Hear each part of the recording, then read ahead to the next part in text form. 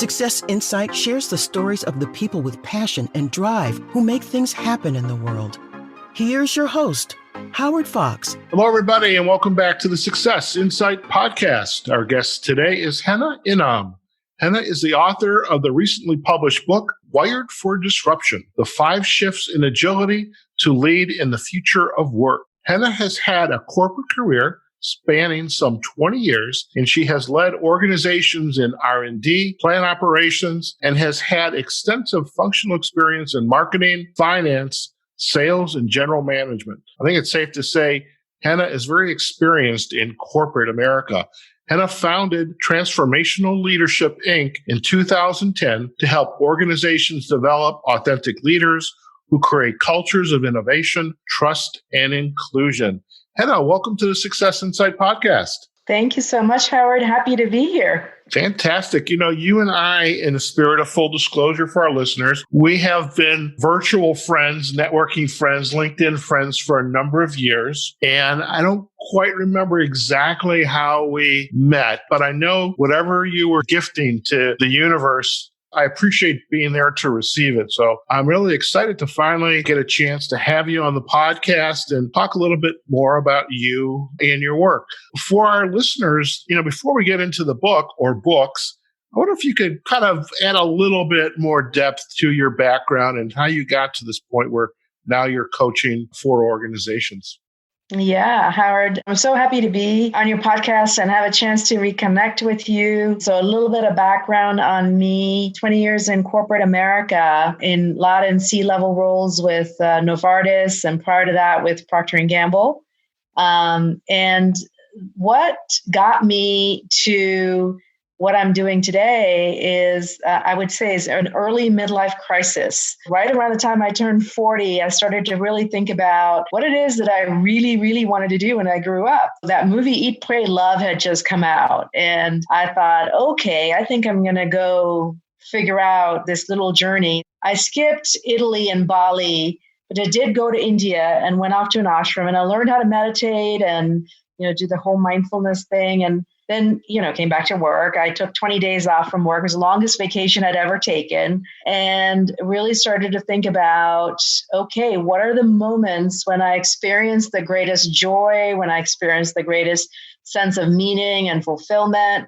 And as I thought back to those moments throughout my career, there were always moments when I was talking with somebody, coaching people in my organization, or speaking when I led organizations, large organizations of salespeople, et cetera. And it was really about helping people connect with themselves more deeply, get an aha moment. That was always one thing that really gave me a lot of joy and sense of fulfillment. And then the other piece was when I was speaking with folks, and, they also had these aha moments. That's kind of what got me. And so I finally got the courage up to walk into my boss's office and said, hey, I think I want a package. Our organization was going through a restructuring at the time, and it was a few sleepless nights before I walked into her office because I knew there wasn't going back. Knock on wood, it's been 10 years since that time. Fantastic. I'm curious, back in the time of the midlife crisis, and I do recognize that moniker, I was in the most beautiful place in the world and I was incredibly miserable. And I thought, how could that possibly be? Do you recall, what at that point of that midlife crisis, was there an event? What was that aha moment for you when you basically kind of stopped, looked around and said, there's something else? It's such a common experience, right? For those of us that have gone through midlife crises, they're sort of like, there's something I'm missing here. So my moment, Howard, was I distinctly remember this. I was on a flight flying from Basel, Switzerland to Mexico City. I was living and working in Mexico City. I had been to Basel that week, and that week was the week when, my team and I were recognized as one of the top 10 in a company of 90,000. Because we had turned our business around. We'd been running this business, working for Novartis for a couple of years, and it had been a turnaround situation. We'd been incredibly successful, tripled the rate of innovation, great engagement scores, et cetera. And I'm coming back from this, and at this point, this is the highest, honor of my career so far. And I'm sitting on the plane thinking, I should really be happy. And, I was happy. Of course, I was excited for this. And yet there was almost this sense of like, I'm not happy. Like I'm happy, but there's something missing, right? That's the point you were saying is like, what's missing? And that evening I went off, I couldn't sleep at night. I was watching, flipping channels on Mexican cable TV, and I came upon this documentary. And this documentary was about child prostitution from Nepal into the brothels in Bombay. And it was just, it was really excruciatingly sad. And I sat there watching it and came upon this young woman that they were talking about in the documentary. And she was, maybe in her late 20s, she'd been trafficked and had figured out how to escape her pimps. And she was literally created this halfway house for others to escape right on the border between Nepal and India. And the amount of power that I felt from her, this young woman who's in her 20s, late 20s, she had literally figured out how to escape her pimps and found this part of herself that was incredibly purposeful, courageous, and she was helping others escape, literally creating a halfway house. And I sat there and I thought, here I am. I'm in this, amazing apartment in Mexico City. I have this, a large P&L, a lot of people that I am responsible for. I have an armored vehicle, literally with steel plates, right? And I don't feel half as powerful as she does. And this is what's missing. And so that's when I started to do the inner work to say, who am I? What do I want? What am I here for? And what is the greatest contribution that I can make to others? And up until that point, it had always been sort of, the next achievement, the next challenge, all of which was sort of exciting. But I think at that point is when I really started to do the inner work of figuring out what's the greatest contribution that I can make? How can I live a life that is a life of meaning and contribution and purpose? Fantastic.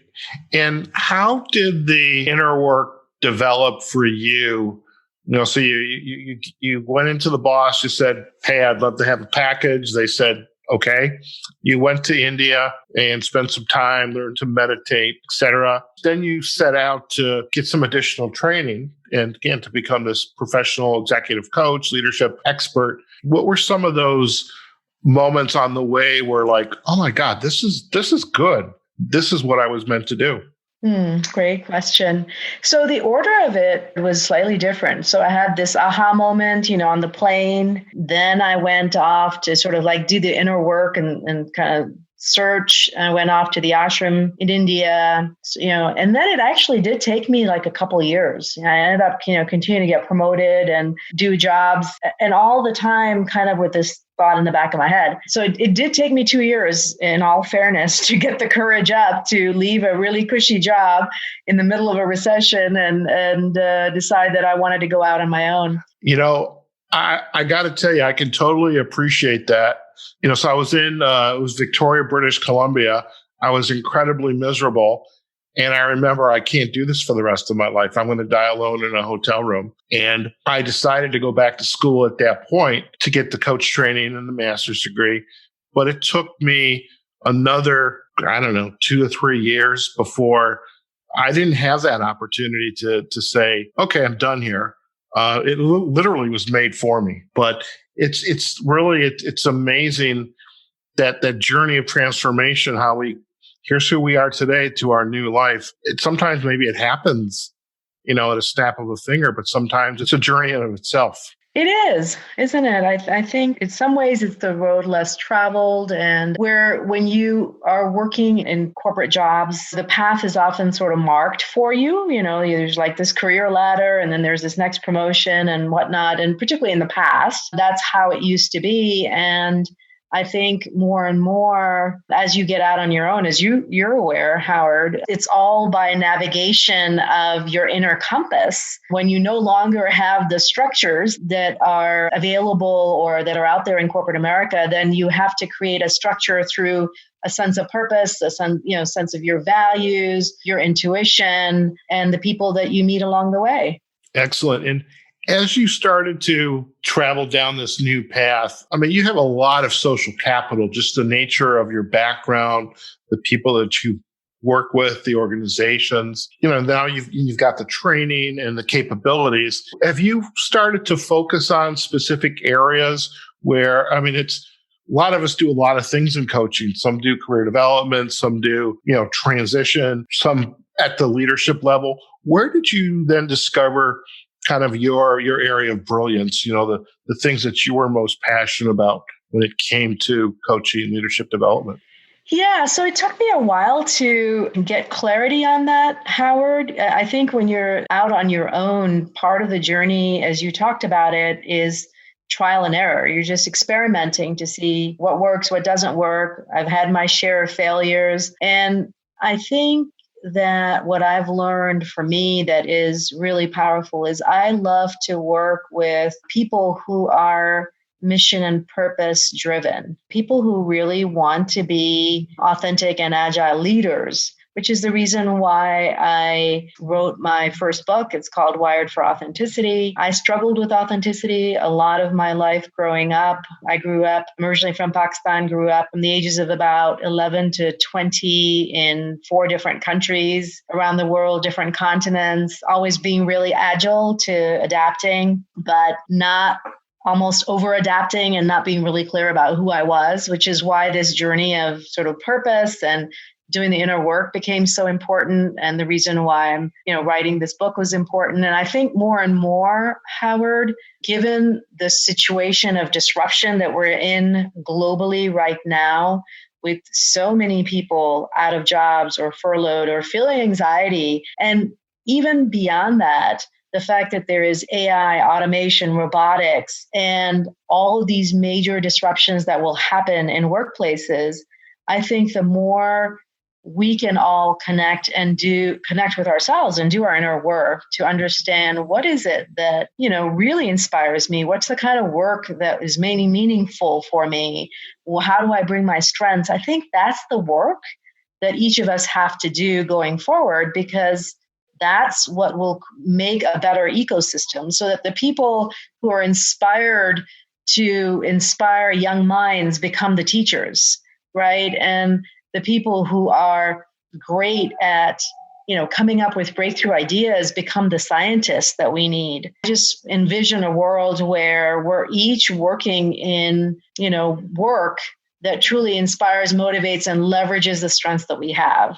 So who is the ideal reader for you in Wired for Disruption, the 5 shifts in agility to lead in the future of work? Yeah, the ideal leader and reader is anybody who is inspired to be a force for good in times of disruption, right? Times of disruption are incredibly hard, as we are all many of us are experiencing. But there are also times for us to reimagine a better world. There are also times where you can use this energy of change and disruption where everything is changing and people are much more open to creating new habits and finding a different way to do things, that if we can use the energy of this time to reimagine, to reinvent, to recreate something that is better, that helps us create workplaces in a world that is better, whatever that area is. So it's doing the work in your environment to see what are the things that bother me, what are the missions to which I am drawn, then doing the work, inner work, to say, how do I become agile in this time of change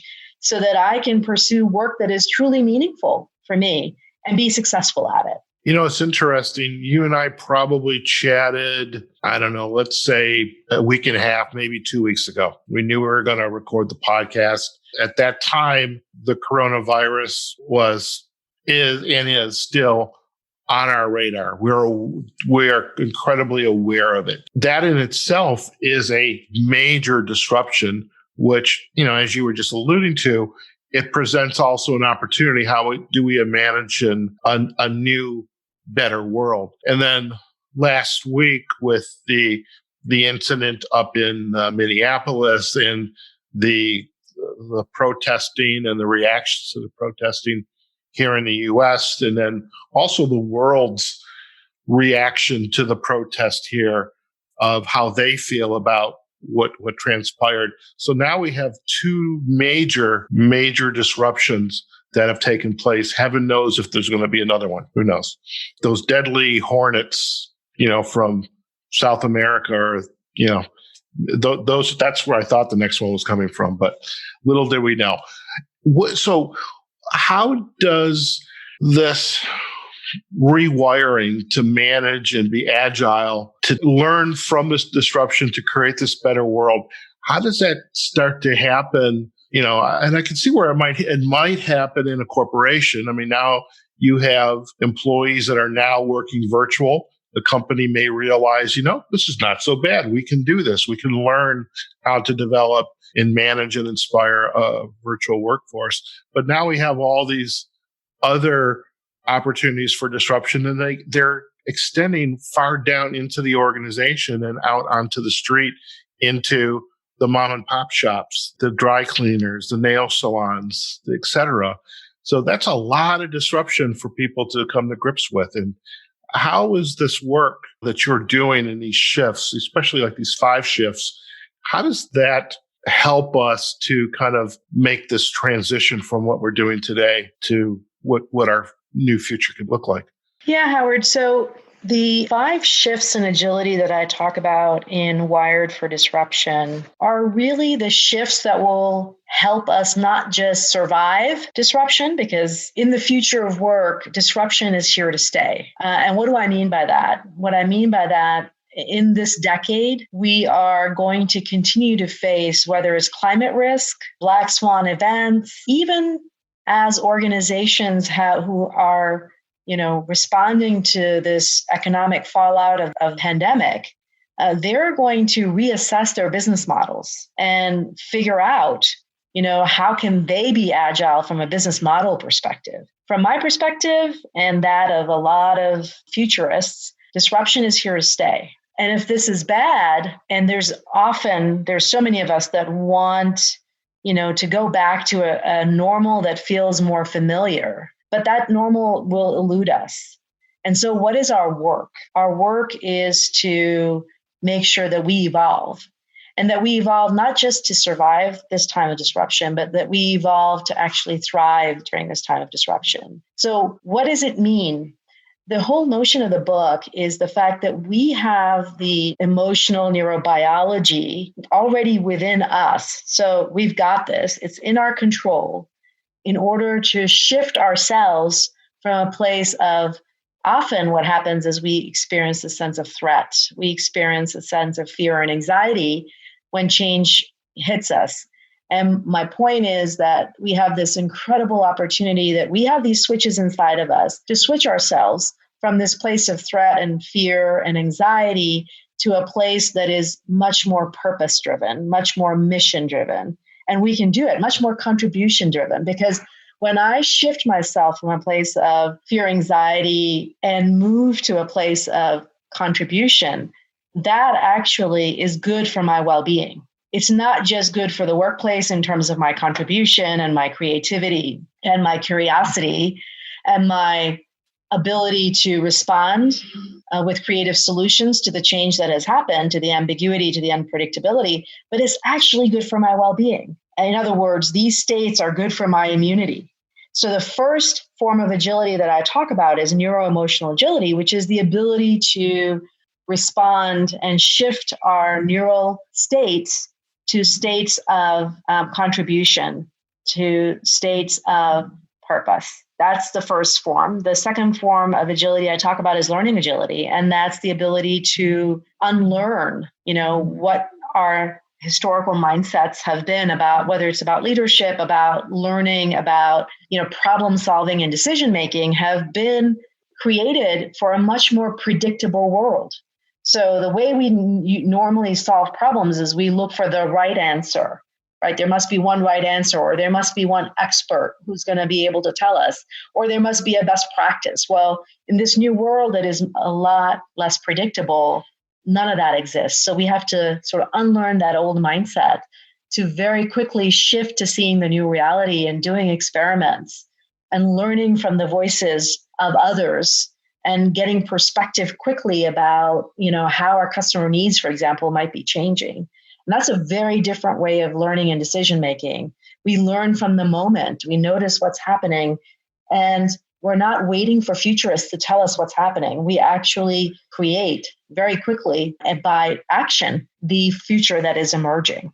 So that's learning agility. The third is trust agility. So, the teams of the future, we're already seeing how trust is so important in today's world. We're now more virtual. And we know that, teams that have trust are 9 times more agile. So how do we quickly create trust in teams? Because we're working with people of different generations spread across the globe, virtual. And in the future, as business models change, we might be working with people that are gig workers and, people inside of our organization. So how do we quickly learn how to establish trust, and particularly in a virtual environment with these people, so that we can collaborate to make things happen? The fourth is stakeholder agility, and that's the ability to look throughout the ecosystem. Now, more and more, we're solving problems, like the whole problems of the pandemic, for example, testing, COVID, the problems of race in America, the problem of climate change. These are problems that are big and collective that no one entity can solve. So there will be much more, public-private partnerships that will solve some of these major problems. And in the case of within an organization, we're likely going to be working with people across an organization. A lot of my clients that are at the top of an organization are often working with people over whom they have no control in the hierarchy, right? So this is all about, how do I listen and learn to stakeholders, whether they are communities, whether they are customers, whether they are peers, and how do I map out the ecosystem to figure out how to do that? And then the fifth is growth agility. And that is the ability to grow ourselves and others to accelerate, a future-ready workforce. So there's going to be 1 billion or so people, if not more, that will need reskilling and upskilling in this new world of this decade. How do we enable that? How do we do that at scale? It does sound like there is an opportunity, no doubt, at the organization level. And it doesn't matter what size it is, because, at every level, wherever the organization is, whatever they do, there's this constant disruption taking place. And these principles, these shifts, and being able to recognize it and bring people together to help address it. I mean, that certainly is going to happen throughout all organizations, no matter what size. And it also sounds like this is an opportunity also at the community level. And again, we're right in the middle of this second disruption in society. But it does seem like there are some tools here to help us as well in that space. What kinds of tools do you have so that, obviously we want people to go out and read the book, folks? You're going to go out and get Wired for Disruption, the 5 Shifts in Agility to Lead in the Future of Work. And that's available from Henna and on Amazon and et cetera. But what tools are available for the reader, the folks visiting your website, that will help them take those further steps besides just reading the book? How do they take action? Yeah, so I would recommend the one tool that is available to every single reader is called the Agility Quiz. And maybe we can link to that here in the podcast show notes, Howard, but it would be awesome to do that. It's a 5 to 8 minute quiz, and you can go take it online, and it's free. And it'll pop out how you are doing in each one of these 5 areas of agility. So it'll be a self-assessment, and it'll tell you, like, okay, here's your score overall in terms of agility, and then here is your score in each of these 5 areas. And you'll be able to tell, here's an area of strength for me. That's awesome. How do I really leverage it in this area that I'm challenged in, or this opportunity that I see? And then there is, you'll see what are some areas of development for you. And then it'll pop out, one tool for each practice. So each of the areas of agility will have one tool that you can, if you want to, practice more of, that tool will be sent to you. And so that would be a great place to start. On top of that, there are a lot of great podcasts that I have on my podcast. It's called the Transformational Leadership Podcast, and it has two types of podcasts. So the first is short coaching exercises that just, pretty much anybody can use. And you listen to the coaching exercise and you work through it. And it's sort of like having your own virtual on-demand coach related to these areas of agility that are in my book. The second is lots of podcasts with experts. If you want to dig deep into a given topic, then you can go in and listen in on that topic. Fantastic. I need to introduce you to Ryan Gottfredson. He was a guest last week on the podcast, actually a couple of weeks ago. We're just publishing his podcast, hopefully today, definitely by tomorrow or Sunday. And his book was on mindset and open versus closed mindset. So definitely want to put you two together. He'd be a great podcast guest for you. He just published his book on mindset. Henna, before we head out for the day, is there any final thoughts that you could leave our listeners with, an aha moment, an insight, something beyond this wonderful journey that you've taken us through, your background and your transformation, and also the work you're doing right now to helping individuals and organizations at all levels get wired for disruption? Yeah. So I think the most important thing that I would reiterate for your listeners is that you got this, right? What we're looking for is already within us. We have access to neural states within us that I talk about in the book. That's part of the neuroemotional agility. We have access to these neural states that when they're activated, they help us be agile. They help us embody the leadership traits that are most needed in this time. Traits like curiosity, collaboration, creativity. Those neural states are already within us. And we have the key within ourselves to activate it and to just remember that. Fantastic. Thank you so much for that. And Henna, before we head out, if our listeners would like to learn more about you and your work, where are the best places for them to go?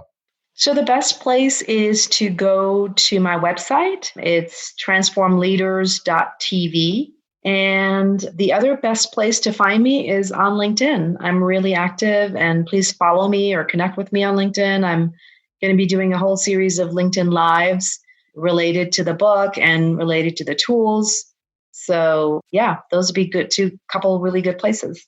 Fantastic. And we'll provide the backlinks to the website, to your LinkedIn profile. And I'm assuming we can get to your podcast from your website? Absolutely. Fantastic. Well, Henna, it's been an absolute pleasure to reconnect with you and to have this conversation. Appreciate the time you've taken. And really, I'm excited about your work and this idea of wired for disruption and becoming more agile, and really excited to be able to share this work with our listeners. So thank you again for taking time to join us on the Success Insight podcast. Howard, this is like my very most fun podcast experience. And I have to tell you, you're one of the best podcasters that I've listened to so far. Oh my. So I thank you so much for that. I do appreciate that. Thank you. There you have it, folks. We have just been, I don't know how to continue now. Wow.